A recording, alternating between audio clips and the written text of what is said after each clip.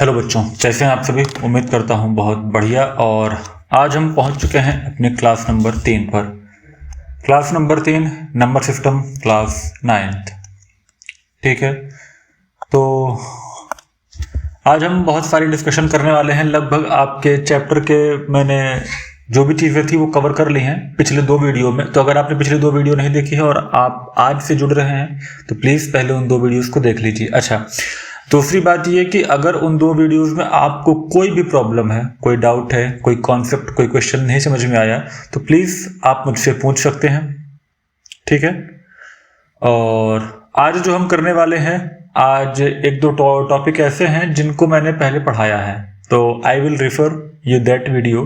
तो आप उस वीडियो को जाकर के एक बार देख लीजिएगा और फिर उम्मीद है कि कल तक हमारी क्लासेस खत्म हो जाएं, कल या परसों तक। तो हो सकता है कल थोड़ा सा लंबी क्लासेस में खींचूं, तो कोई दिक्कत नहीं, चलते हैं आज के वीडियो को देखते हैं। थोड़ा सा आज आसान चीज़ें हैं, और अगर पिछले वीडियोस में आपको कोई बात नहीं समझ में आई है तो प्लीज़ आप कमेंट करके मुझसे पूछ सकते हैं। अच्छा, एक लड़की का कोई कमेंट था कि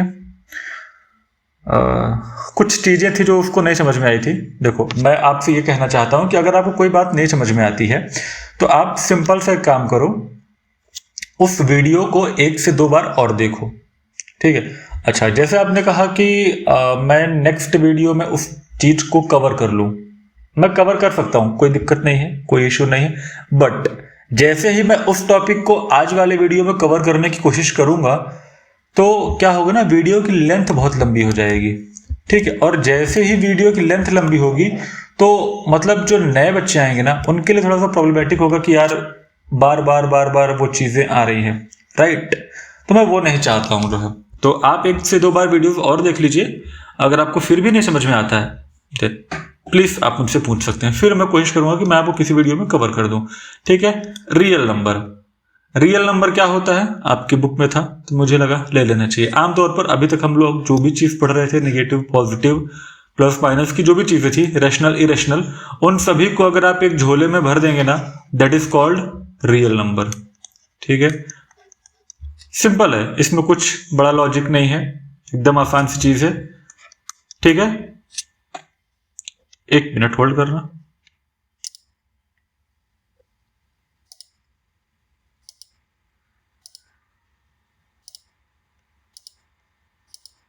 हेलो।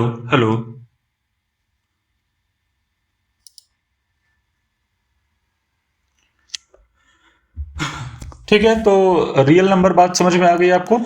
चलिए अब अगले कॉन्सेप्ट चलते हैं। हाँ, आपके बुक में एक और कॉन्सेप्ट है वर्ड्स, जिसको हम हिंदी में कहते हैं करणी। ठीक है। अच्छा, इसका मतलब क्या होता है जरा ध्यान से सुनना। देखो, रियल नंबर तो हम समझ चुके हैं। ठीक है, रियल नंबर में कोई दिक्कत नहीं है। अब करणी वाली बात को समझना कि जब हम किसी वर्गमूल, किसी संख्या का वर्गमूल, इतनी बात सुनना, मान लो ये कोई संख्या है, इसका वर्गमूल, ठीक है, या फिर घनमूल। ठीक है, 2 बातें, मैंने वर्गमूल लिखी और मैंने घनमूल लिखी, स्क्वायर और क्यूब, ये 2 बातें आपको समझ में आई। या फिर कोई और मूल निकालते हैं, कोई और मूल का मतलब 4, 2 लगा दिया, यहां पर 5 लिख दिया, 6 लिख दिया, जो भी आपने लिखा, और उसका उत्तर पूर्ण संख्या मतलब होल नंबर या सीमित दशमलव मतलब शांत दशमलव, जिसको हम टर्मिनेटिंग कहते हैं। और ये चीजें हम कल पढ़ चुके हैं, तो अगर आपको नहीं पता है तो प्लीज जाकर के पहले पीछे ये वाला कॉन्सेप्ट क्लियर करिए। इनका जवाब अगर होल नंबर या फिर शांत दशमलव नहीं आता है, ठीक है, बल्कि एक परिमेय संख्या, नहीं, अपरिमेय संख्या यानी कि इरेशनल नंबर अगर आता है तो that is called surd. Definition समझ में आई। मैंने कहा कि सर्ड यानी करणी उसे कहते हैं जब कोई वर्गमूल या फिर घनमूल, 2 बातें, किसी संख्या का वर्गमूल मतलब घनमूल या फिर वर्गमूल लेते हैं और उसका जवाब अगर कोई होल नंबर यानी पूर्ण संख्या या फिर शांत दशमलव इनमें नहीं आता है और रूट वहां पर बचा रह जाता है, जिसे हम अपरिमेय संख्या कहते हैं। इस बात को कल हमने बहुत क्लियर किया था, तो हम उसे कर्णी कहते हैं। ठीक है। अगर और आसान शब्द में आपको ये बात समझाऊं तो वे संख्याएं जिन्हें रूट के निशान से पूरी तरह बाहर नहीं किया जा सकता या नहीं निकाला जा सकता, उन्हें हम स्वर्णी कहते हैं, यानी कि क्या कहते हैं, सर्ड्स कहते हैं। चलिए अब इसका एक दो एग्जांपल ले लेता हूं। जैसे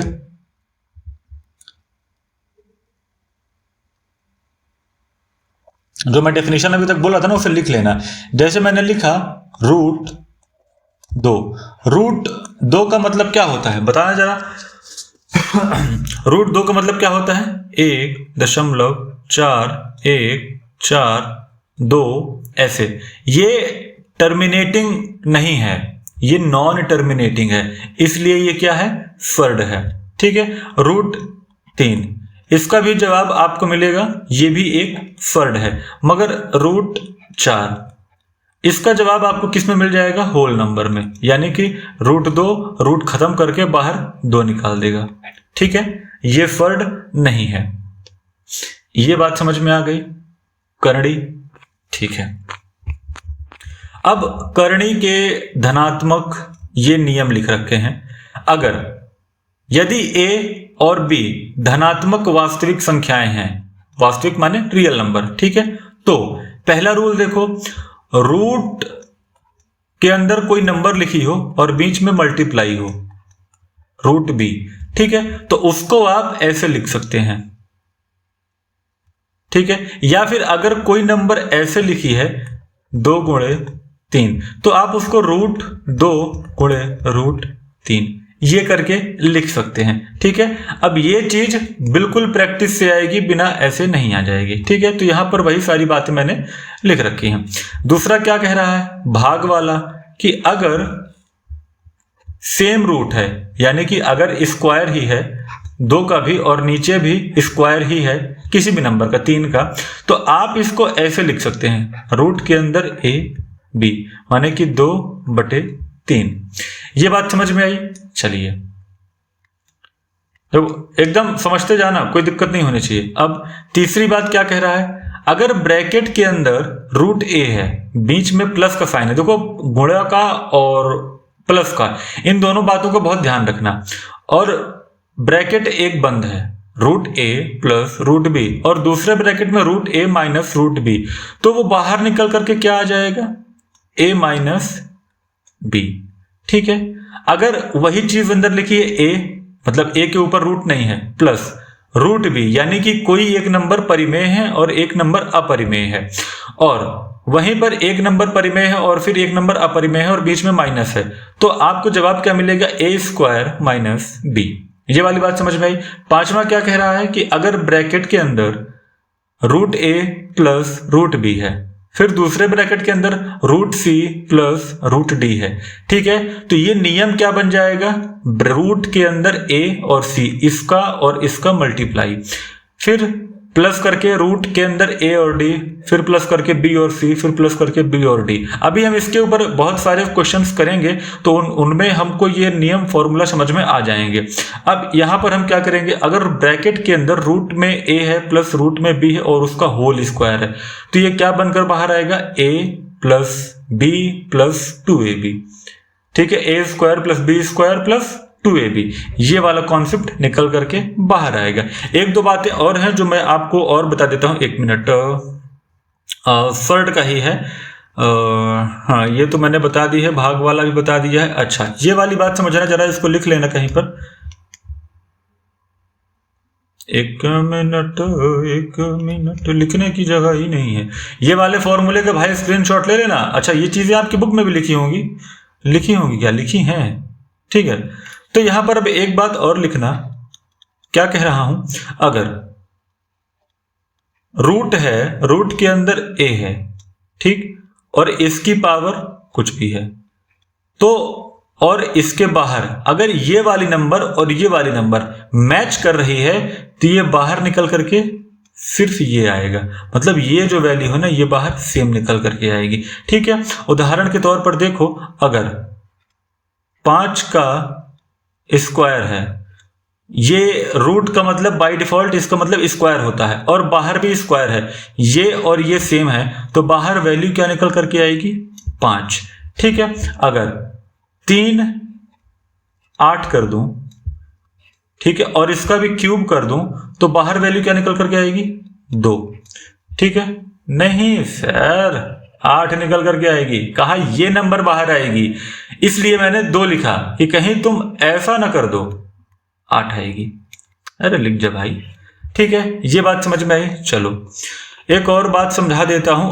अगर देखना रूट है, रूट की कोई वैल्यू है, इसके अंदर एक प्राकृतिक संख्या है और फिर इसके ऊपर रूट है और फिर यहां पर एक और नंबर है, तो ये क्या बनेगा देखना, रूट के अंदर वही नंबर, बाहर m गुणे n बन जाएगा। यानी अगर यहां पर 3 है यहां पर 2 है तो ये दोनों 6 यहां पर बना देंगे और अंदर जो नंबर है वो नंबर तो रहेगी ही। उदाहरण के तौर पर देख लो, मैं तुमको एक उदाहरण दे देता हूं। उदाहरण देखना जरा, उदाहरण यहां पे लिख देता हूं, रूट 2 इसके अंदर लिखूं 64, इसके बाहर लिखूं 3। ठीक, और अब ये क्या बन जाएगा 3 गुणे 2 ब्रैकेट के अंदर 64। ठीक है, तो ये 6 का 64 बन जाएगा और 6 के 64 को हम जानते हैं कि ये होता है 2 की पावर 6। ठीक है, इसलिए इसका उत्तर क्या आएगा 2 आ जाएगा। ठीक है, बात समझ में आई। चलो, तो उम्मीद है अब ये बात समझ में आ गई होगी। एक और बात है, लिख लो, उसको भी लिखना। अरे लिख जा भाई, रूट a, ठीक है, इसका कोई वैल्यू है, इसके ऊपर दूसरी पावर अगर हो जाए तो क्या करेंगे सर, n, इसको करेंगे, इसके अंदर नंबर लिखेंगे और इसकी पावर यहां लिख देंगे। उदाहरण के तौर पर देखो, आज मैं एक ही स्लाइड पे सब कुछ समझा रहा हूं और तुम्हें पता नहीं क्या समझ में आ रहा है क्या नहीं आ रहा है। ठीक है, समझने की कोशिश करना, जो बात जहां लिख रहा हूं बस वो लिखने दो। थोड़ा सा यार तकनीकी दिक्कत है, मैं बहुत ज्यादा स्लाइड ले नहीं सकता। ठीक है, अगर लूंगा तो थोड़ा दिक्कत हो जाएगी। तो चलो एक सेकंड, चलो लेके देख ही लेता हूं।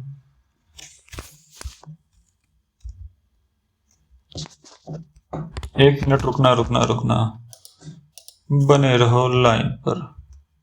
चलो आ तो गई। चलो, तो मैं क्या समझा रहा था देखना जरा, अगली स्लाइड पर देख लो।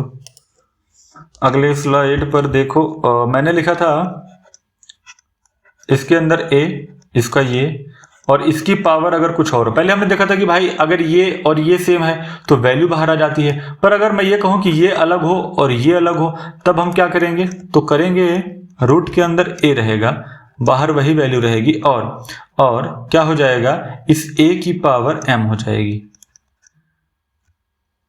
क्लियर है ये बात? अच्छा, अगर मैं लिख दूं रूट के अंदर 4 और इसकी पावर लिख दूं 2, ठीक रहेगा? 3 लिख देता हूं, 3, ठीक है, और इसका मैंने कर दिया स्क्वायर। अब यहां पर अंदर क्यूब है, बाहर 4 है, तो ये क्या बन जाएगा सर, बाहर निकालेंगे 3 और ये 4 का स्क्वायर, तो इसकी वैल्यू क्या आएगी सर, 3 और ये आएगी 16, क्योंकि 4 का स्क्वायर 16 होता है। ठीक है, अब चलो एक गलती बता देता हूं जो अक्सर करते हैं, रूट 2 गलती यहां पर लिख लेना और इसको ध्यान रखना इस बात को। ठीक है, रूट 2 प्लस रूट 3, इसका उत्तर कभी भी रूट 5 नहीं होगा, ये गलत है। इस बात को डिब्बे में करके ऐसे लिख लो, ठीक है, कि रूट 2 प्लस रूट, अब देखो 2 या 3 नहीं लिख रहा हूं मैं a और b लिख रहा हूं और बीच में प्लस का साइन, तो ये कभी भी ये मतलब c नहीं बन जाएगा कि a b को जोड़ करके यहां पे c बना दो। ठीक है, इसको नहीं लिख सकते। हाँ, 2 रूट 5 है और प्लस 3 रूट 5 है, ठीक है। अगर ये और ये सेम है तो तुम इसको 5√5 लिख सकते हो, ठीक है। ये हो सकता है, मगर उसके लिए ये होना चाहिए, ये चीज गलत है, ठीक है। तो ये कभी मत करना, ठीक।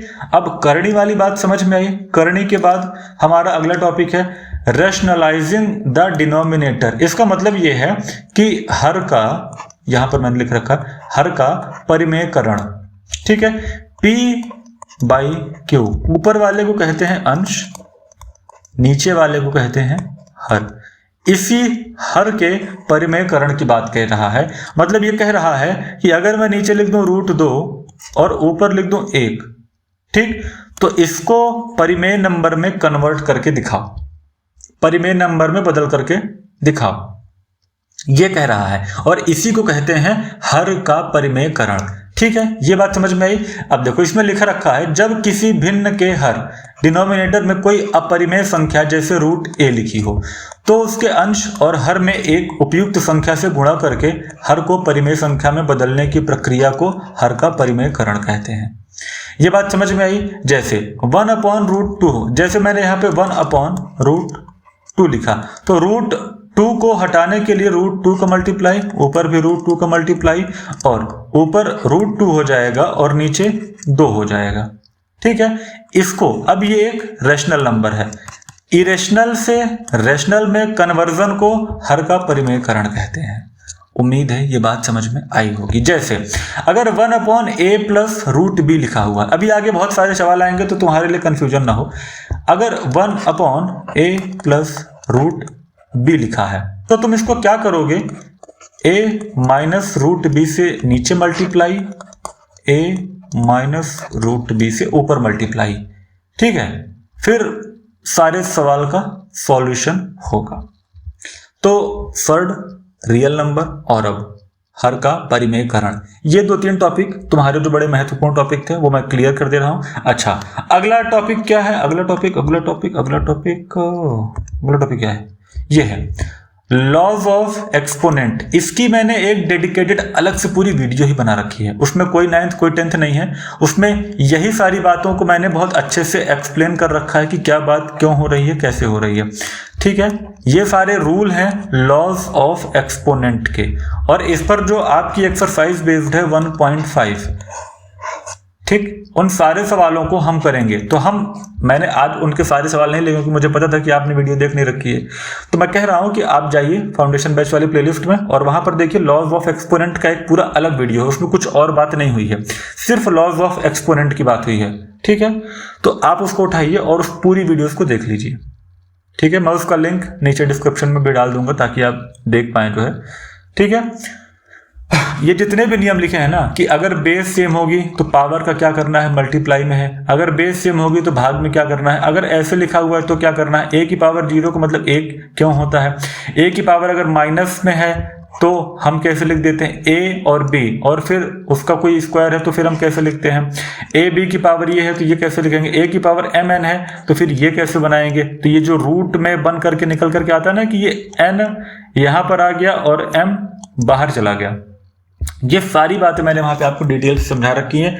लॉज ऑफ एक्सपोनेंट आपकी जो नई वाली किताब है ना उसका एकदम लास्ट टॉपिक है जो है, उसके बाद फिर कोई टॉपिक नहीं है, और उसके पहले जितने भी टॉपिक थे मैंने लगभग कवर कर लिए हैं। तो अगर कोई मुझसे छूट रहा हो तो आप मुझे बता देना। पता है पिछले 2 वीडियो में क्या दिक्कत हुई, मैंने पुरानी किताब को भी रेफरेंस ले लिया, नई किताब में बहुत कम सवाल हैं भाई, 3-4 5 सवाल ऐसे करके हैं, पुराने वाली किताब में 10 15 सवाल हैं, तो मैंने उन्हीं बुक्स को रेफरेंस ले लिया, वरना तो और भी बहुत कम सवाल हैं और बहुत कम कॉन्सेप्ट है आपको सीखने के लिए नंबर सिस्टम में क्लास 9th में, ठीक है। बट स्टिल मैंने थोड़ा सा डीपली कवर किया है तो ठीक है, कोई दिक्कत नहीं है। और लॉज ऑफ एक्सपोनेंट हो गया। अब हम आते हैं, कहां पे आते हैं भाई, अब आते हैं अपने सवाल पर, ठीक है। तो यहां तक बात समझ में आ गई। अब हम अपने सवाल को शुरू करते हैं, और हमारा सवाल सबसे पहले क्या कहता है जरा बताइएगा, नीचे रूट को खत्म करने को क्या कहते हैं? अगर नीचे रूट को खत्म करना है तो उसको हम कहते हैं हर का परिमेयकरण। चलिए, ये आपके 1 पॉइंट जो नई वाली किताब है एनसीईआरटी बेसिस, उसका पहले का पहला सवाल है 2√-5 और ये जरूरी नहीं है। देखो एक चीज बताता हूँ, ये जरूरी नहीं है कि मैंने 1.4 लिख दिया और ये रेफरेंस दे दिया कि ये फलानी बुक का है तो अब इससे आप कुछ नहीं सीख सकते। नियम वही है, सॉल्यूशन वही है, कॉन्सेप्ट वही है, बस क्वेश्चंस की डिजिट्स चेंज हो जाती हैं। ठीक है, तो अपने दिमाग से धीरे धीरे ये बात निकालिए कि आपको किसी एक कॉन्सेप्ट के अंदर 4 सवाल हैं तो बस उतना ही लगाना है, इससे बड़ी समस्या हो जाती है। ठीक है, अगर मैंने या आपने कहीं पर कोई नियम सीख लिया तो वो नियम हर जगह लागू होगा ना यार, फिर डिजिट्स कैसे भी चेंज हो जाए। अब यहाँ पर 2√-5 है, यहाँ पर मैं 7-√6 लिख दूं तो क्या नियम अलग हो जाएगा? ये डिजिट्स अलग मैंने लिख दी तो क्या नियम अलग हो जाएगा? क्या इसका जवाब अलग आने लग जाएगा? नहीं। इसलिए कॉन्सेप्ट को सीखने पर ध्यान दो, ना कि सवाल को रटने पर। ठीक है, कि अरे अरे हमारा सवाल तो हो गया, हमारा सवाल तो हो गया, ये नहीं करना है सर।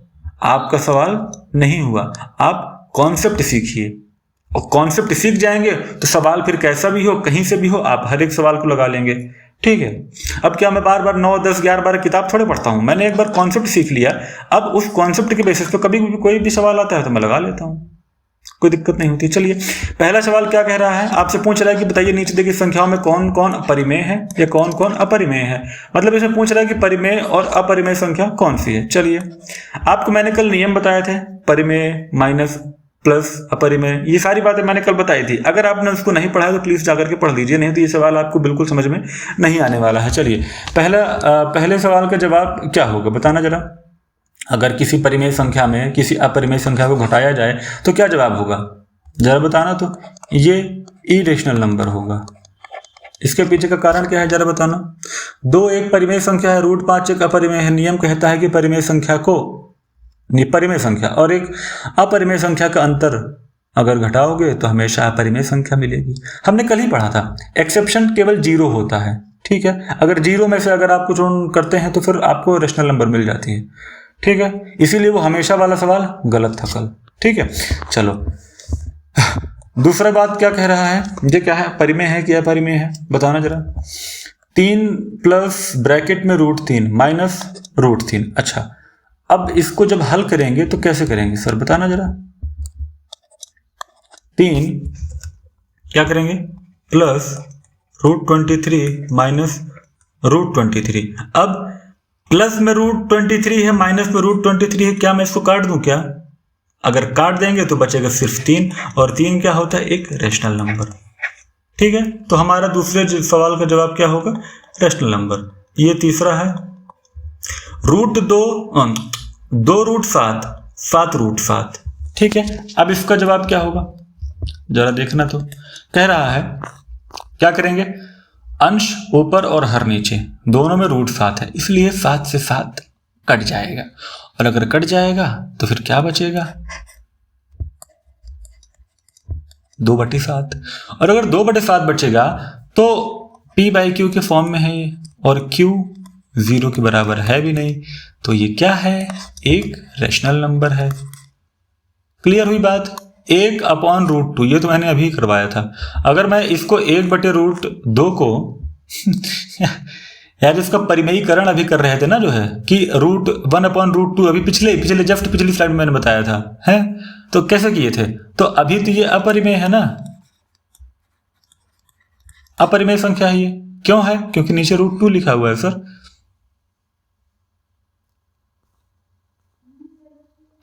है ना। जब इसको इससे भाग दोगे तो हमेशा अपरिमेय संख्या मिलेगी। चलो ये कौन सा है, 1 2 3 4 5 है ये। चलो 2 और पाई बताना जरा, 2 और पाई क्या है। भाई वीडियो को रोक लो जरा, सोच लो, परिमेय अपरिमेय कंफ्यूजन हो रहा है ना। देखो मैं जानता हूं कि जब कोई चीज नई सीखोगे ना यार, कभी इतना डिटेल में अगर पढ़े होते तो शायद आता। कोई बात नहीं, नहीं पढ़े हो तो अब सीख लो ना यार, कौन सा समय निकल गया है।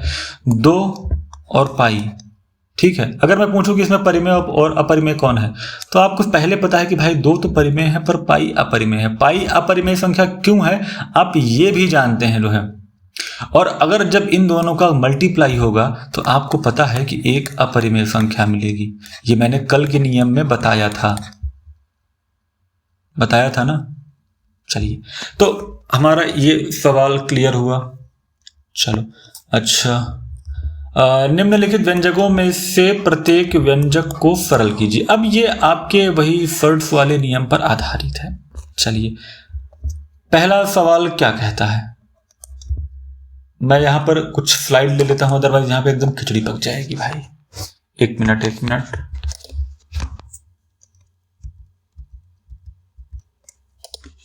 चलो पहला सवाल क्या कहता है, 3 प्लस रूट 3, 3 प्लस रूट 3 और इधर 2 प्लस रूट 2, यही है ना?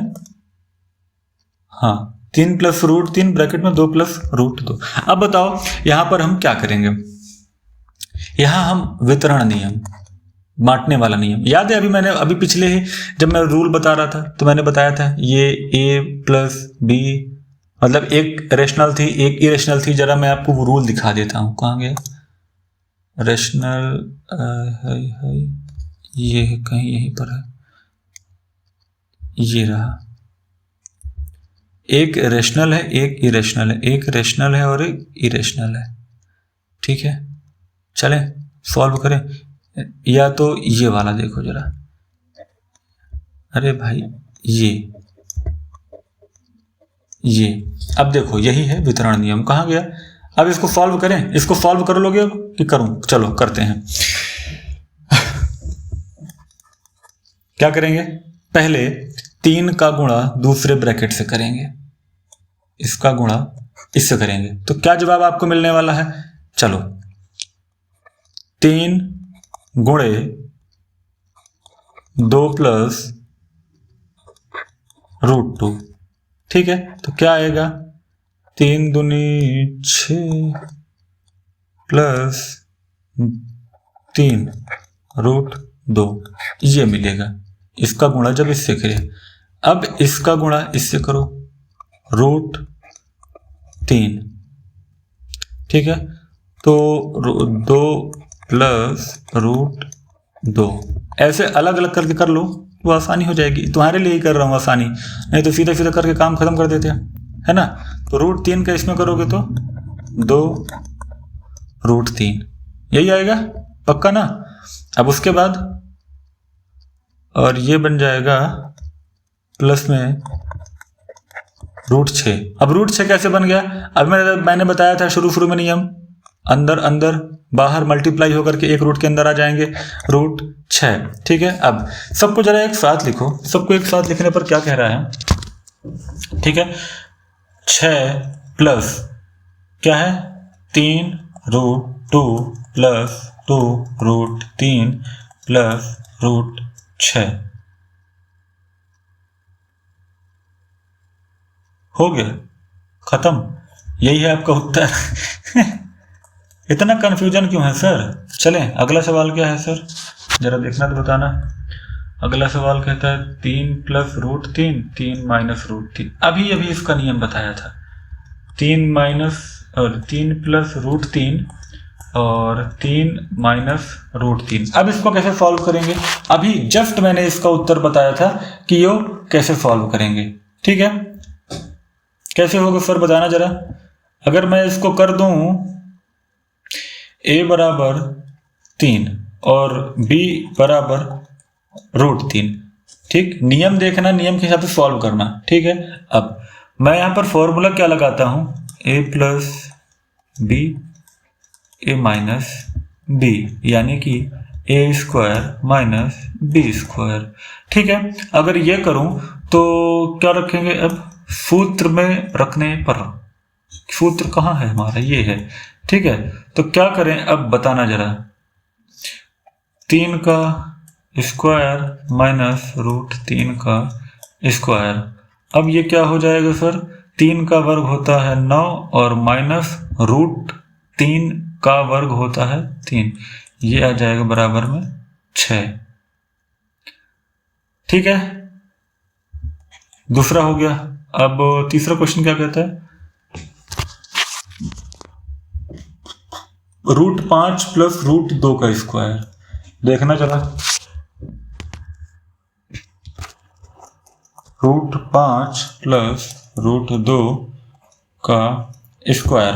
अब ये कैसे होगा, इसको सॉल्व करेंगे a प्लस बी के होल स्क्वायर से। हमारा सबसे लास्ट वाला फॉर्मूला याद है, तो मैंने क्या कहा था, अरे क्या कहा था, नहीं ये कहा था ए स्क्वायर, बैटरी डाउन, एक मिनट अरे लग जा भाई, a square plus 2ab plus b square.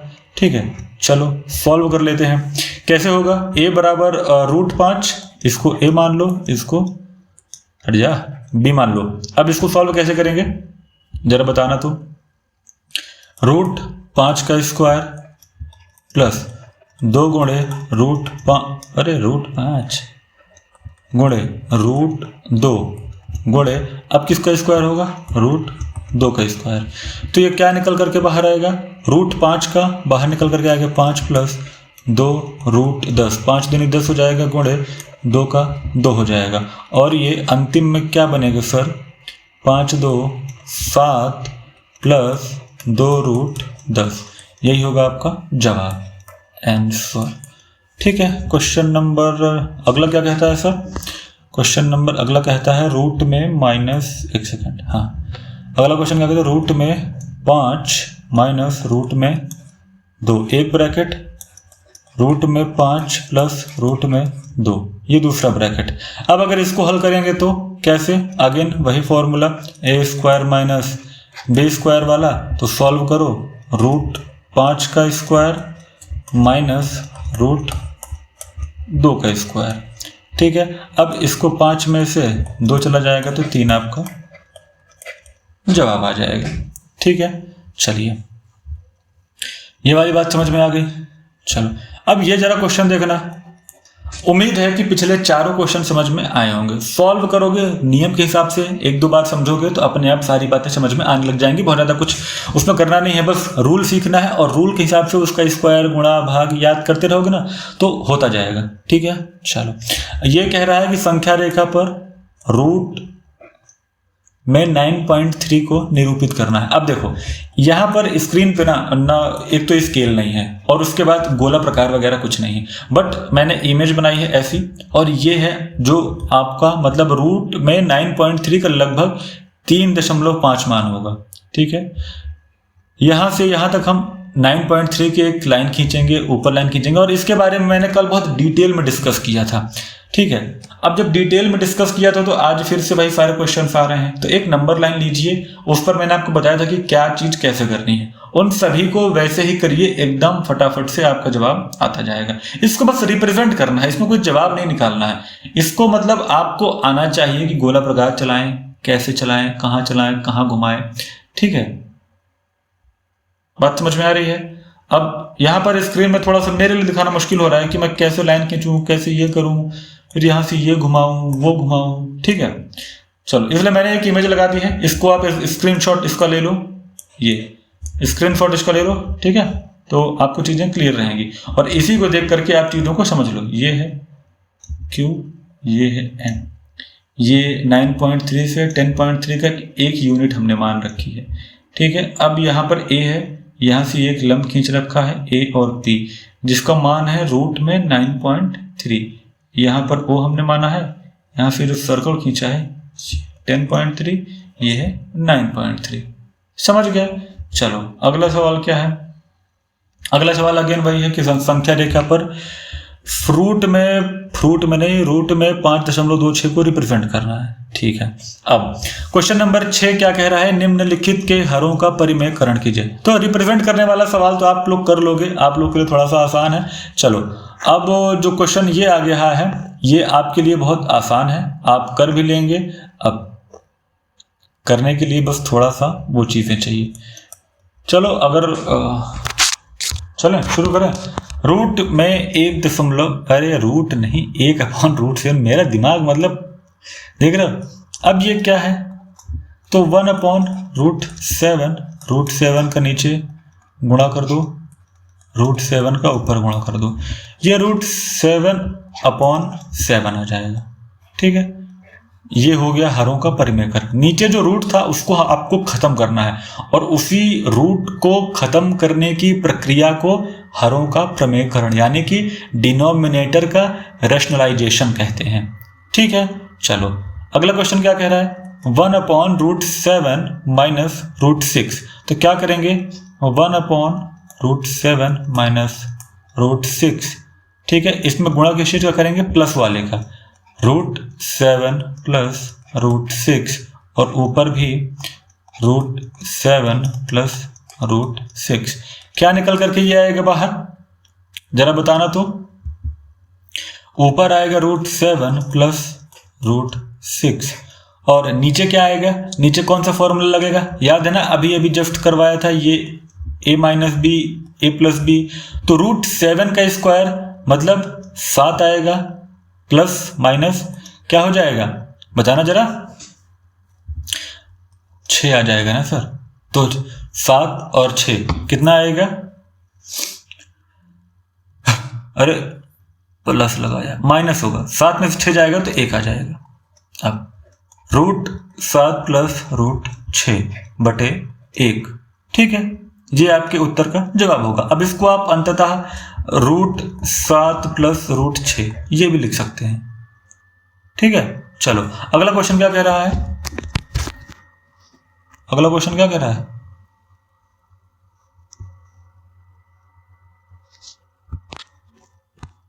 अगला क्वेश्चन ये कह रहा है, फिर ये कह रहा है। अगला क्वेश्चन जो कह रहा है इसको सॉल्व कहाँ करें, यहीं पे कर देते हैं, ठीक है। चलो 1/√7 माइनस 2, ठीक है। एक सेकेंड रुकना, तो थोड़ा सा इस पेन का कलर जो है कुछ और करते हैं। चलो हाँ, जरा नया नया लिखते हैं। 1/√7 माइनस 2, अब नीचे गुणा किससे होगा, √7 प्लस 2, ऊपर गुणा किससे होगा, √7 प्लस 2। क्या बन करके ये बाहर आएगा, ऊपर बन जाएगा √7 प्लस 2, ठीक है। यही बनेगा ना कि कुछ और बनेगा, और नीचे क्या बनेगा, √7 का स्क्वायर मतलब 7, और यहां पर क्या बनेगा, माइनस का 4, यही बनेगा। तो 7 में से 4 जाएगा सर, कितना आएगा, 3 आ जाएगा, √7 प्लस 2/3, ये आपका जवाब हो जाएगा, ठीक है। चलो बात समझ में आई। अब ये लास्ट एक क्वेश्चन और बचा हुआ है, 1/√5 प्लस √2। अब नीचे प्लस में है तो क्या होगा, √5 माइनस √2, है ना, और ऊपर अरे 5 लिख ले भाई, 5 √2। अब इसको क्या करेंगे, नीचे फिर से वही फॉर्मूला बन गया, ठीक है।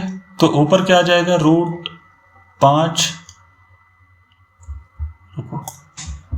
रुको ये लो, ऊपर क्या आ जाएगा, √5 माइनस √2, ठीक है। नीचे क्या बनेगा सर, 5 माइनस 2, √5 माइनस √2 बटे 3, ठीक है। ये आपका फाइनली जवाब हो जाएगा। आगे बात समझ में, हरों का परिमेयकरण समझ में आया कि मैंने कैसे कैसे किया। जो वैल्यू नीचे लिखी हो उसको आपको खत्म करना है। अब वो प्लस में है तो माइनस में करो, माइनस में है तो प्लस में करो, दोनों बात समझ में आई। चलो अब अगला क्वेश्चन क्या है, आए हाय फिर से वही सवाल आ गया, हरों का हार का परिमेयकरण नहीं, हरों का परिमेयकरण, देख रहे हो, हार वार सोना महंगा हो गया है। क्या कह रहा है, 1/8 प्लस, अरे हाय भाई 5√2। क्या करेंगे पता है ना, चलो करके दिखा दो फटाफट से, कॉपी में सॉल्व करो खुद से। 4 क्वेश्चन 4 मैंने करवाए भाई, कुछ तो तुम करके दिखाओ, ठीक है। क्या करेंगे, मल्टीप्लाई 8 माइनस में, अरे पहले 5 फिर रूट में 2, अब ऊपर 8 माइनस 5√2, ये क्या बनेगा, नीचे क्या बन जाएगा सर, वही वाला सवाल है ना, ऊपर 8 माइनस 5√2 और नीचे क्या बनेगा, स्क्वायर वाला, है ना, a का स्क्वायर प्लस b का स्क्वायर। तो a का स्क्वायर क्या है, 8 का, है ना, और 8 का स्क्वायर सर कितना होता है, 64, और माइनस में क्या आ जाएगा सर, रूट मतलब 5√2 है, इधर भी 5√2 है, तो ये क्या निकल करके आएगा सर, बताइए, 25 गुणे 2, 25 दूनी हो जाएगा 50। तो ये क्या बनेगा sir, 8 minus 5 root 2, 64 minus 50। Finally जवाब आपका आएगा 8, ये हो जाएगा 50 घटाओगे तो इधर आ जाएगा 14। ठीक है, ये क्वेश्चन समझ में आया। चलो क्वेश्चन नंबर 8वां, root 11 minus root 7 root 11 plus root 7। ये सब चीज, ये जितनी भी चीजें हैं ना, ये सब फॉर्मूले पर बेस हैं। फॉर्मूला आपको याद करना पड़ेगा, फॉर्मूला सीखना पड़ेगा, तभी आप कर पाएंगे, नहीं तो बड़ी समस्या हो जाएगी। चलो फिर से कर देते हैं भाई। अरे मिट जाए यार। चलो इसको बस इसके आगे सॉल्व करता हूं, नहीं फिर लिखने में एकदम। रूट 11 माइनस रूट 7, ठीक, नीचे रूट 11 है प्लस रूट 7, तो नीचे अगर प्लस में है तो हम क्या करेंगे, माइनस से गुणा करेंगे। रूट 11 माइनस रूट 7, यही है ना। अरे कितनी बार गुणा करूंगा, ये रूट 11 माइनस रूट 7। ठीक है, अब ये और ये एक ही हैं, मतलब एक जैसे हैं, तो ये क्या बन जाएगा, जरा ध्यान से देखना। रूट 11 माइनस रूट 7 का स्क्वायर। ठीक है, ये बात समझ में आई। और बटे वाला क्या बनेगा, 11 माइनस 7। ठीक है, अब जब 11 माइनस 7 बन गया सर, तो उसके बाद क्या होगा, 11 माइनस 7 तो कितना आ जाएगा, 4। रूट 11 माइनस रूट 7 का स्क्वायर बटे 4। ठीक है, अभी नीचे वाला तो हो गया। अब ऊपर वाले को a का स्क्वायर प्लस b के स्क्वायर में तोड़ करके फाइनली जवाब हो सकता है तुम्हारी किताब में कुछ और दे रहा हो, बट इसको सॉल्व कर लेते हैं। एक तो ये है, अगर किताब में जवाब यहीं तक खत्म हो गया हो तो ठीक है ना। अगर इसके आगे भी है तो देखो।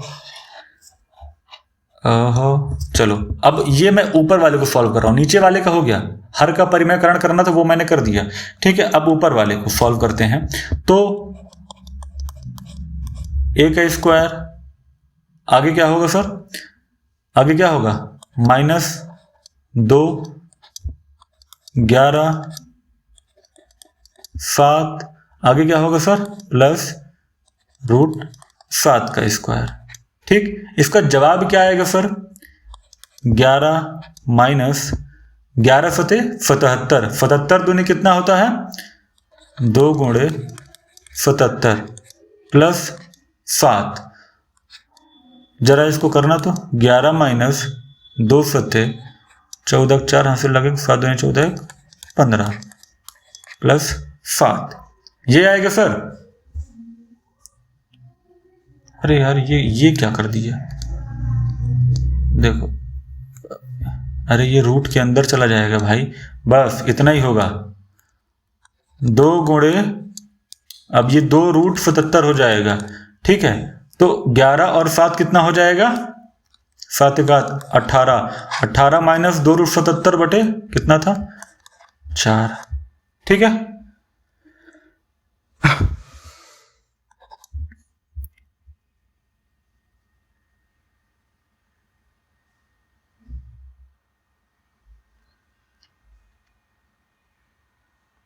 ठीक है, हो गया।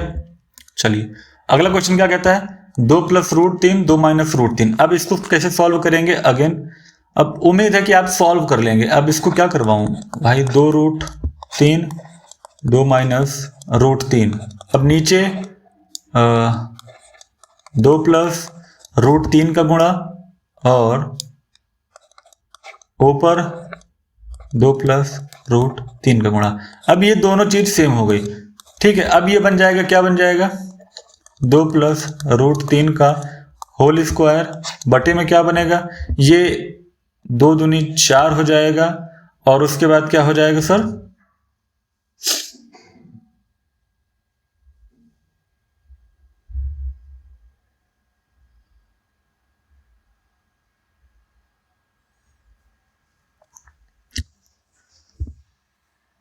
क्या बोल रहा था मैं, हाँ नीचे क्या हो गया, हो जाएगा नीचे 3, ठीक है। तो 2 प्लस रूट 3 का स्क्वायर बटे में 1, ठीक है। अब ऊपर वाले को उसी तरह जैसे पिछले वाले सवाल में ओपन करके पूरा सॉल्व किया था, a का स्क्वायर b का स्क्वायर वैसे कर लो, है ना, बहुत कुछ हार्ड नहीं है। चलो अगला क्वेश्चन क्या कह रहा है, सरल कीजिए। अच्छा इसमें तो पहले ही दे रखा है, नहीं नहीं नहीं, इसमें पहले ही नहीं दे रखा है, इसमें कुछ और करना पड़ेगा। इसमें करना पड़ेगा क्या, इसमें करना पड़ेगा ये वाला और ये वाला मल्टीप्लाई, है ना, ये करना पड़ेगा। चलो अगर ये करेंगे तो क्या बनेगा, सवाल यही है, हाँ ठीक है। तिरछा गुणा करने पर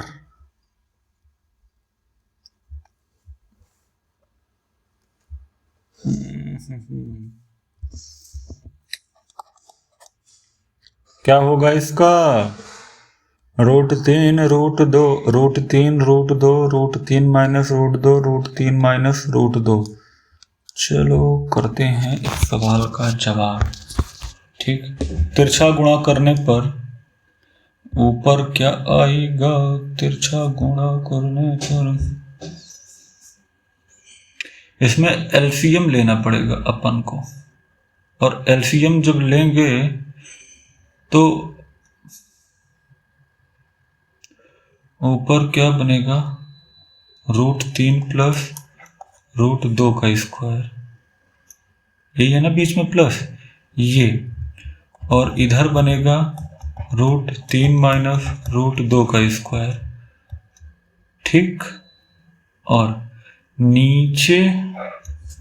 नीचे क्या बनेगा सर, रूट 3 माइनस रूट 2 का और रूट 3 प्लस रूट 2, यस। अरे एलसीएम लोगे तो ऐसे ही तो बनेगा, यही बनेगा ना, ये ऊपर जाकर के प्लस माइनस का स्क्वायर हो जाएगा, समझ गए ना तुम लोग। इन दोनों का जब एलसीएम लोगे तो ये दोनों तो आपस में गुणा हो जाएंगे, ये ऊपर जाकर के गुणा होगा, ये भी ऊपर जाकर के गुणा होगा, तो एक ये प्लस है एक ये माइनस है, एक स्क्वायर और हो जाएगा एक माइनस स्क्वायर और हो जाएगा, यही तो होगा। अब जब ऊपर वाले को ओपन करेंगे तो जरा देखना क्या बनेगा सर, a प्लस बी का whole square plus a minus B का होल स्क्वायर, है ना, यही होगा। तो पहले ऊपर वाले को करते हैं, 3 प्लस 2 3 दूनी 6 रूट 6 प्लस 2, इसका जवाब आएगा 5 प्लस 2 रूट 6। अभी ये पहला वाला किया है, बस ये वाला जरा देखना, ये वाला बनेगा 3 माइनस 2 रूट 6 प्लस 2, इसका जवाब आएगा 5 माइनस 2 रूट 6, यही आएगा। अब इन दोनों को जोड़ो, इन दोनों को जब जोड़ेंगे तो क्या बनेगा, 5 प्लस 2 रूट 6, ठीक है, प्लस 5 माइनस 2 रूट 6, यही बनेगा ना, गलत तो नहीं कर रहा हूँ सर। चलो अगर ये बनेगा तो दोनों को जोड़ने पर क्या हो जाएगा, यार ये तो खतरनाक है।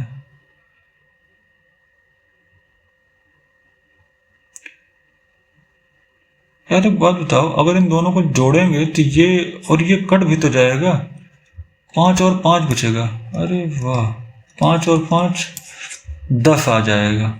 ओह माय गॉड भाई, ऊपर वाले का सॉल्यूशन इतना तगड़ा, ऊपर 10 आएगा। और नीचे वाला तो क्या था, नीचे वाला तो पता ही है भाई, 3 का स्क्वायर और 2 का स्क्वायर, तो ये 3 माइनस 2 हो जाएगा, 10 बटे 1 आएगा। फाइनली आप इसको 10 कह सकते हैं। थैंक गॉड, इतनी देर से खोपड़ी लगाने के बाद ये आ रहा है। सवाल बड़ा मजेदार था भाई, एकदम मस्त। चलो खैर ठीक है, ठीक है, तो आज हमने यहां तक सॉल्यूशन कर लिया है, समझ लिया है, जान लिया है। अब जो कल हमारा होने वाला है वो सारे क्वेश्चंस लॉज ऑफ एक्सपोनेंट पर बेस्ड हैं, और उसके बाद जो आपकी किताब में लास्ट में एक पूरा क्वेश्चन दिया है ना, बहुविकल्पीय, लघुत्तरीय, दीर्घोत्तरीय, ऐसे करके पहले ही सारे क्वेश्चंस बड़े विज्ञान वगैरह में हो गए भाई, साइंस वगैरह में, मैथ्स में भी ऐसा होने लग गया। कोई बात नहीं, तो उन सारे क्वेश्चंस को भी मैं लेकर के आऊंगा कल ही, और उम्मीद है कि कल थोड़ा सा क्लास भी लंबी करूं, और क्लास लंबी होने के साथ साथ दूसरी बात ये है कि कोई डाउट हो तो बताना भाई।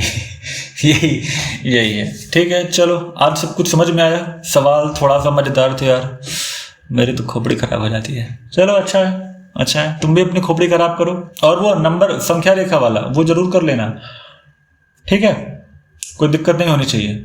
चलो, टाटा बाय बाय, जय हिंद।